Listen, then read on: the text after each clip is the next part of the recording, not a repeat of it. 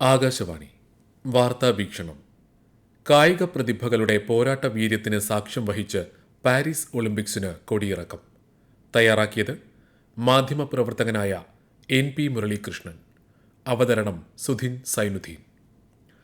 ലോകരാജ്യങ്ങളിലെ കായിക പ്രതിഭകളുടെ മത്സര വീര്യത്തിന് സാക്ഷ്യം വഹിച്ച് 33ാമത് ഒളിമ്പിക്സിന് പാരീസിൽ സമാപനം. ജൂലൈ 26-ന് നഗരത്തിലെ സീൻ നദിയിലെയും തീരത്തെയും പ്രൗഢോജ്വല ചടങ്ങോടെ ആരംഭിച്ച ഒളിമ്പിക്സിന് ഇന്ത്യൻ സമയം ഇന്ന് പുലർച്ചെയോടെയാണ് സമാപനമായത്. 4 വർഷത്തിനു ശേഷം ലോസ് ആഞ്ചലസിലാണ് അടുത്ത ഒളിമ്പിക്സിന്റെ ദീപശിഖ തെളിയുക. അമേരിക്കയാണ് പാരീസ് ഒളിമ്പിക്സിലെ ചാമ്പ്യന്മാർ. 126 മെഡലുകളോടെയാണ് ചൈനയെ പിന്തള്ളി അമേരിക്ക ഒന്നാമതെത്തിയത്. തുടർച്ചയായ 4ാം തവണയാണ് അമേരിക്ക ഒളിമ്പിക് ചാമ്പ്യന്മാരാകുന്നത്. 1 വെള്ളിയും 5 വെങ്കലവുമാണ് ഇന്ത്യയുടെ നേട്ടം.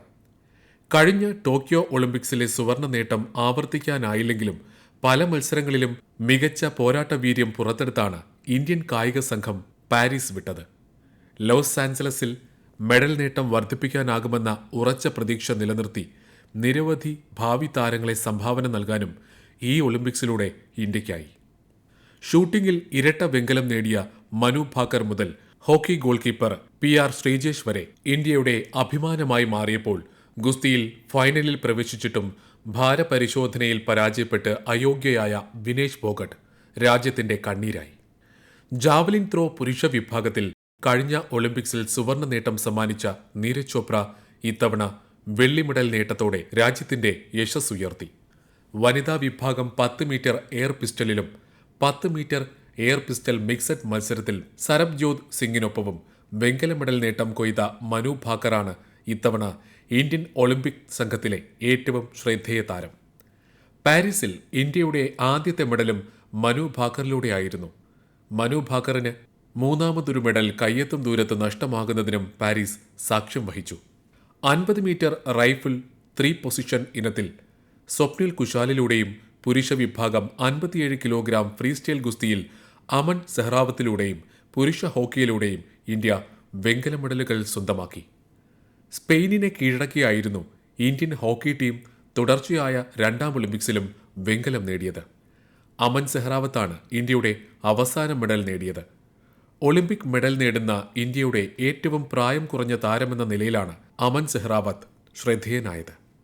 ഒളിമ്പിക് ചരിത്രത്തിൽ ഗുസ്തിയിൽ ഇന്ത്യയുടെ 8ാം മെഡൽ നേട്ടമാണിത്. മെഡൽ പട്ടികയിൽ ആദ്യ 2 സ്ഥാനങ്ങളിലെത്തിയ അമേരിക്കയും ചൈനയും ആദ്യ ദിനം മുതൽ മികച്ച മുന്നേറ്റമാണ് കാഴ്ചവെച്ചത്. 1ഉം 2ഉം സ്ഥാനത്തേക്കുള്ള മത്സരത്തിൽ മാറിമറിഞ്ഞ മുന്നേറ്റം കാഴ്ചവെച്ച ഇരു രാജ്യങ്ങളും അവസാന ദിനം വരെ ഇത് തുടർന്നു. ഫോട്ടോ ഫിനിഷിലാണ് ചൈനയെ പിന്തള്ളി അമേരിക്ക 1ാം സ്ഥാനത്തെത്തിയത്. 40 സ്വർണവും 44 വെള്ളിയും 42 വെങ്കലവും ഉൾപ്പെടെയാണ് അമേരിക്ക ആകെ 126 മെഡലുകൾ നേടിയത്. 2ാം സ്ഥാനത്തെത്തിയ ചൈനയ്ക്കും 40 സ്വർണ്ണ മെഡലുകളുണ്ട്. എന്നാൽ 27 വെള്ളിയും 24 വെങ്കലവും ഉൾപ്പെടുന്ന ചൈനയുടെ ആകെ മെഡൽ നേട്ടം 91-ൽ അവസാനിച്ചതോടെയാണ് അമേരിക്ക ചാമ്പ്യൻ പട്ടം നിലനിർത്തിയത്. അവസാന ദിനം നടന്ന നിർണായക മത്സരങ്ങളിലെ സ്വർണ്ണ നേട്ടമാണ് അമേരിക്കയ്ക്ക് തുണയായത്. അവസാന ദിവസത്തെ മത്സരങ്ങൾ തുടങ്ങുമ്പോൾ സ്വർണ്ണ മെഡൽ നേട്ടത്തിൽ ചൈനയായിരുന്നു മുന്നിൽ.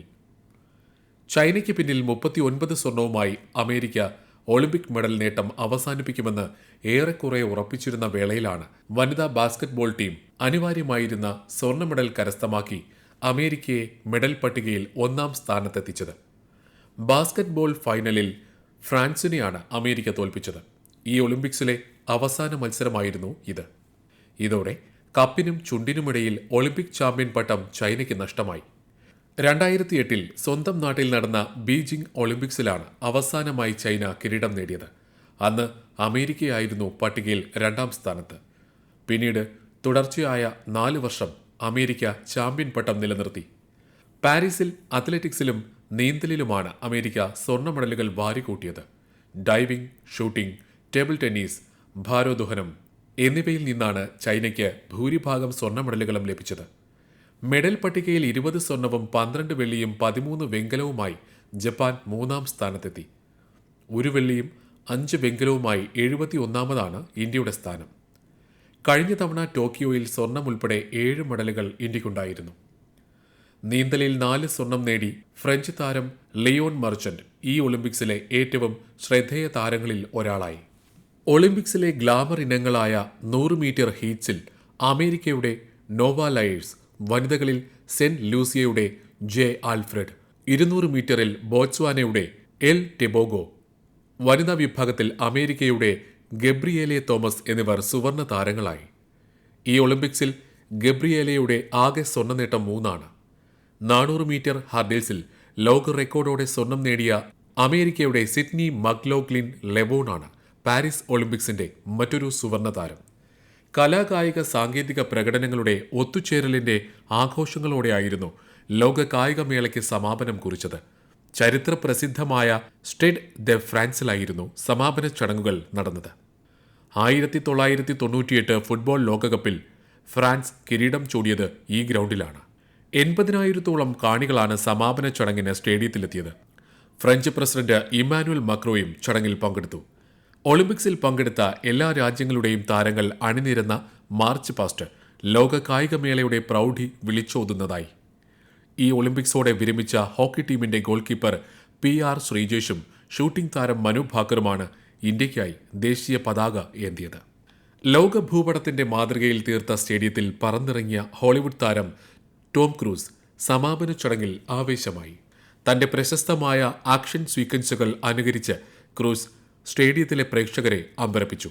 അമേരിക്കൻ റോക്ക് ബാൻഡായ Red Hot Chili Peppers, French band ഫിനിക്സിസ് എന്നിവയുടെ സംഗീത പരിപാടിയായിരുന്നു മറ്റൊരാകർഷണം. ലോകമെമ്പാടുമുള്ള അനേക ലക്ഷം കായിക പ്രേമികൾ ടെലിവിഷനിലൂടെയും ഓൺലൈൻ സ്ട്രീമിംഗിലൂടെയും ഈ വിസ്മയ കാഴ്ചയ്ക്ക് സാക്ഷികളായി. ലോസ് ആഞ്ചലസ് ബീച്ചുകളിൽ നിന്നുള്ള തത്സമയ സംരക്ഷണം സമാപന ചടങ്ങിന് മനോഹാരിത വർദ്ധിപ്പിച്ചു. പാരീസ് മേയർ ആനി ഹിഡൽഗോയിൽ നിന്ന് അടുത്ത ഒളിമ്പിക്സ് നടക്കുന്ന ലോസ് ആഞ്ചലസ് നഗരത്തിന്റെ മേയർ കരൻ ബസ് ഒളിമ്പിക് പതാക ഏറ്റുവാങ്ങി. ട്യൂലറികളിൽ നിന്ന് പ്രയാണം ചെയ്ത ഒളിമ്പിക് ജ്വാല അണഞ്ഞപ്പോൾ International Olympic Committee President Thomas Bach ഔദ്യോഗികമായി പാരീസ് ഒളിമ്പിക്സ് അവസാനിച്ചതായി അറിയിച്ചു. 4 വർഷത്തിന് ശേഷം ലോസ് ആഞ്ചലസിൽ ഒത്തുചേരാൻ അദ്ദേഹം ലോകത്തെ ക്ഷണിച്ചു. ഇനി 4 വർഷത്തെ കാത്തിരിപ്പ്. കായിക താരങ്ങളുടെ പോരാട്ട വീര്യത്തിന്റെ മാറ്റുരയ്ക്കലിനും പുതിയ കായിക പ്രതിഭകളുടെ ഉയർത്തെഴുന്നേൽപ്പിനും ലോസ് ആഞ്ചലസ് നഗരവും ലോകവും സാക്ഷിയാകും. നിങ്ങൾ കേട്ടത് വാർത്താ വീക്ഷണം.